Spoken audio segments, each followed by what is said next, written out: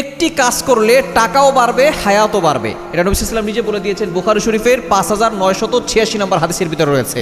একটি কাজ যদি আপনি করতে পারেন, আপনার রিজিক বেড়ে যাবে এবং আপনার হায়াত বেড়ে যাবে। আমরা সকলেই চাই যাতে করে আমাদের হায়াতে বরকত আসুক, আমাদের রিজিকে বরকত আসুক, যাতে করে আল্লাহ পাক রব্বুল আলামিন টাকা পয়সার ব্যবস্থা হালালভাবে করে দিন।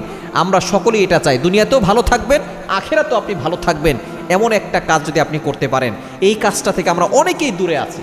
ছোট্ট একটা কাজ, কিন্তু বর্তমানে দেখা যাচ্ছে যে 100% মানুষের ভিতরে 98% মানুষই এই ভুলটা করে থাকেন, যার কারণে তাদের হায়াত এবং রিজিক দুটোই সংকীর্ণ হয়ে যায়। যদি আপনি আপনার হায়াত বাড়াতে চান, আপনার রিজিক বাড়াতে চান, টাকা বাড়াতে চান, সম্পদ বাড়াতে চান, একটি কাজ করবেন। সেই কাজটা হচ্ছে আত্মীয়তার সম্পর্ক বজায় রাখা।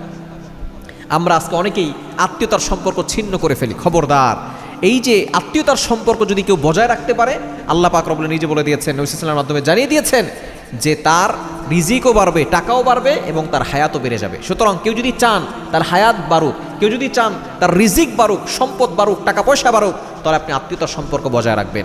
রক্তের সম্পর্কে যারা আছে, আপনার ভাইয়ের সাথে সম্পর্ক বজায় রাখবেন, বোনের সাথে সম্পর্ক বজায় রাখবেন।